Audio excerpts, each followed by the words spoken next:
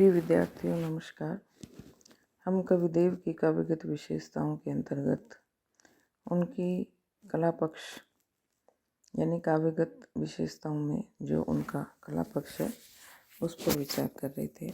आज मैं आपको उनकी उक्ति व चित्र के बारे में और अन्य विशेषताओं के बारे में बात करते हुए हम आगे बढ़ते हैं। कविदेव ने एक और तो अभिधा, लक्षणा और व्यंजना शक्तियों में लक्षणा और व्यंजना का सर्वाधिक प्रयोग करते हुए अपनी कविता को उक्ति के सौंदर्य से ओतप्रोत बनाया है और दूसरी ओर मुहावरों, लोकोक्तियों के साथ वक्रोक्तियों के द्वारा उक्ति व चित्र का चमत्कार प्रस्तुत किया है। जैसे बिछियान की जीभ न लागती हैं, सुनी सुनी श्रवणन भूख सी बसती है, रहें क्यों उजरी गोकुल में ब्रज गुजरी, गोकुल की गरबेली, मदन मरोरे कोरे अंग को मलाने जात, भाग भरे सुख पे सुहाग बरसत है। इस तरह की व्यंजनाओं के आधार पर उन्होंने व्यंग्यार्थ द्वारा उक्ति व चित्र का सौंदर्य प्रकट किया है। जैसे सांझ शशि हवै की हंसी भी हंसी कुमुदनी सो, रहे चली नीचे नलिनी की उर शूलते, शिशिर मयंग सो सशंक पंकजनी जाने, रजनी गमाई भले मानी गई भूलते। इसी तरह नायिकाओं की दीनता जो है वो भी उन्होंने प्रकट की है। हित की हितूरी नहीं तूरी समझावे आनी, सुख दुख मुख सुख दानी को निहारनो, लपने कहाँ लो बालपने की विकल बातें, अपने जन ही सपने हूँ न बिसारनो। इसी तरह कविदेव ने मुहावरों और लोकोक्तियों के द्वारा उक्तियों का चमत्कार भी प्रस्तुत किया है। जैसे ओस की आस बुझे नहीं प्यास, नक्शिक राई में सुमेरु दिखराई, खेली बहु हंसी बहु कहा सुख सो बसी बहु, बीस बिसे बिसार्यो। इस तरह मुहावरों के प्रयोग उन्होंने किए हैं। जोहरी की जोई जग जोहर करत है, कोड़ी करी हीरा ते खनोड़ी करी कुलते, चंपा बरनी की गरी पर्यो चंपा कली है। ऐसे ही देव ने विलक्षण उक्तियों के द्वारा भी अपने कथन में चमत्कार लाया है। जैसे लाल के रंग में भीजी रही, सो गुलाब के रंग में चाहत ही भीजो, ऐरे मन मेरे तै घनेरे दुख दीने अब, एक बार वैसे तो ही मूंद मारो एक बार। इसी तरह चोगनो रंग चढ़ो चित में, चुनरी के चुचात लला के निचोरत, बोली उठे बिछिया जी चलाए, शोर चुरी चहूँ और करेरी। इस तरह कवि ने विभिन्न प्रकार के उक्ति चमत्कार द्वारा अपने कथन को अधिक प्रभावोत्पादक बनाया है, मनोरंजक और मार्मिक बनाने का प्रयास किया है। कवि के इस चमत्कारपूर्ण कथन में उक्ति व चित्र का सौंदर्य बड़ी ही रमणीयता, सजीवता और सरसता के साथ व्यक्त हुआ है। अब हम देखते हैं कवि ने किन बिंबों का प्रयोग किया है, यानी बिंब विधान। कविदेव ने अपनी कविता में ऐसे सुंदर बिंब अंकित किए हैं जिनमें सजीवता और गतिशीलता के दर्शन होते हैं। जैसे सावन के महीने में राधा कृष्ण के झूलने का एक चित्र,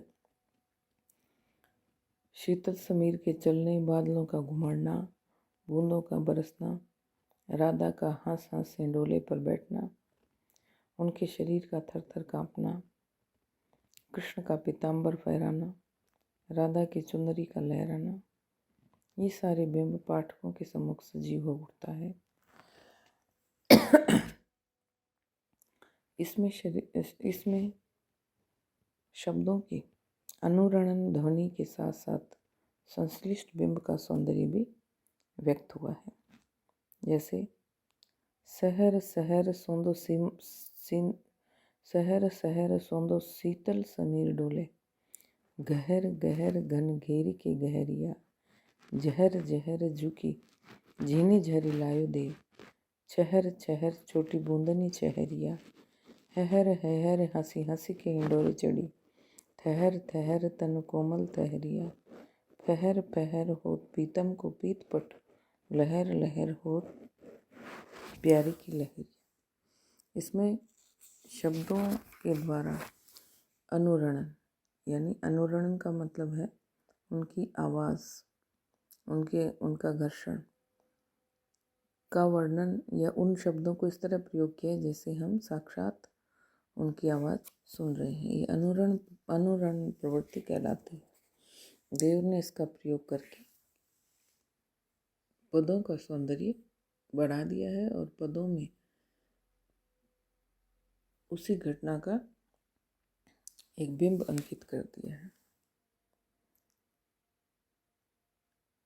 इसी तरह कवि देव ने प्रकृति संबंधी बिंब भी प्रस्तुत किए हैं, जिसमें प्रभात काल का वर्णन करते हुए चकवी के प्रसन्न होने, चंद्रमा के क्षीण होने, रात्रि के बीतने पर चांदनी के फीके पड़ने और पक्षियों के बोलने आदि के वर्णन है। वा चकई को भयो बीती, वा चकवी को भयो चित चीतो, चितोति चहूँ दिसे चाय सो नाची। वह गई छीन छपाकर की छवि, जामनी जोन में मनोजम जाची। बोलत बैरी विहंगम देव, सो सोतन के घर संपत्ति माची। लोहु पियुज वियोगनि को, अहे सामुहे लाल पिसाचिन प्राची। कवि देव ने भावों को भी अत्यंत सजीव प्रस्तुत किया है। कुछ आध्यात्मिक बिंब भी अत्यंत सुंदरता के साथ उन्होंने अंकित किए हैं और सर्वत्र ब्रह्म का बिंब बड़ी सजीवता के साथ अंकित करते हुए कहते हैं, अंतर जाके निरंतर ते, उपजे बिन से तिन माही समाई। बाहर भीतर सो अग उरद, पूरी रहो सो आकाश के नाई। इसी तरह कवि ने मानव के अंतःकरण में विद्यमान आत्मा रूपी परमात्मा का बिंब प्रस्तुत करते हुए कहा है कि हृदय के कपाट खोलकर तू उससे क्यों नहीं भेंट करता। तो मैं जो उठत बोल, ताही क्यों न मिले डोल। खोलिए ही में दिए कपट कपाट। इस तरह कवि देव ने विविध प्रकार के बिंबों द्वारा अपने मनोभावों का चित्रण करते हुए अपनी अभिव्यंजना के कौशल को व्यक्त किया है। कवि के इस बिंब विधान में सजीवता है, सरसता है और मार्मिकता पर्याप्त मात्रा में विद्यमान है। अब हम कवि देव के अलंकार विधान पे बात करेंगे। कवि देव ने अपनी अभिव्यक्ति को अत्यंत सबल और सौंदर्यमय बनाने के लिए अलंकारों का प्रचुर मात्रा में प्रयोग किया है। वे मुख्यतः सादृश्यमूलक अलंकारों का प्रयोग करते थे और उन्होंने रूप साम्य, धर्म साम्य, प्रभाव साम्य प्रस्तुत करने के लिए अभिव्यक्ति को मार्मिक और मनोरंजक बनाया है। इन अलंकारों के द्वारा एक ओर तो चित्रमयता को प्रश्रय मिलता है और दूसरी ओर रसोत्कर्ष में भी सहायक सिद्ध होते हैं। जैसे उपमा अलंकार, जगर मगर आप आवती दीवारी सी। गोरो गोरो मुख सो आज ओरो सो बिलानो जात। गोरो को गात प्रभात ज्यों पूनम का।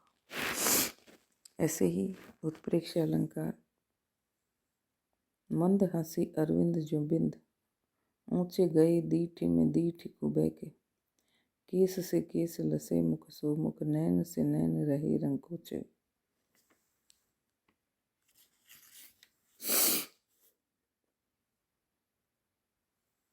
विरोधाभास अलंकार में दो पच उज्ज्वल बिराजे राजहंसी देव। श्याम रंग रंगी जगमगी उमही रहे। मानवीकरण में ऐसो जो हो जानतो कि जहे तो विषय के संग। एरे मन मेरे हाथ पाँव तेरे तोड़ तो। रंगराति हरी है राति लता, जुग जात समीर की झोंकनी सो। श्लेष अलंकार में मुस्काई के गाय दुही। देखी सुनारे सुनारे सुलोने। यमक अलंकार। देव गुण अगरी उषा से भरे अगरी, दबाए दंत अंगुरी अचल अंग अंगरी। लंक लग बगरी कलंक लग बगरी, सखीन संग बगरी सखीन संग बगरी। इस तरह देव ने अर्थालंकार और शब्दालंकारों का प्रयोग करके अपने कथन को चमत्कारपूर्ण बनाने का अत्यधिक प्रयास किया है। उनके काव्य में अलंकार योजना में चमत्कार का बाहुल्य भले ही हो, किंतु वह भावोत्कर्ष में सर्वथा सहायक सिद्ध हुए हैं और रसानुकूल होने के कारण भाव दीप्ति से परिपूर्ण है।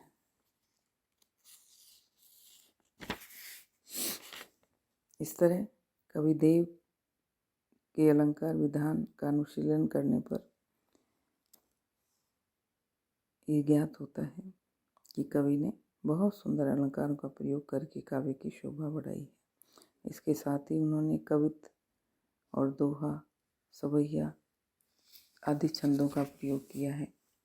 कवि के छंद जो हैं पहाड़ी झरने की तरह कल कल निनाद करता हुआ अपनी चपलता और चाटुरता के साथ जल से परिपूर्ण होकर आगे बढ़ता है और प्रभावोत्पादक प्रतीत होता है।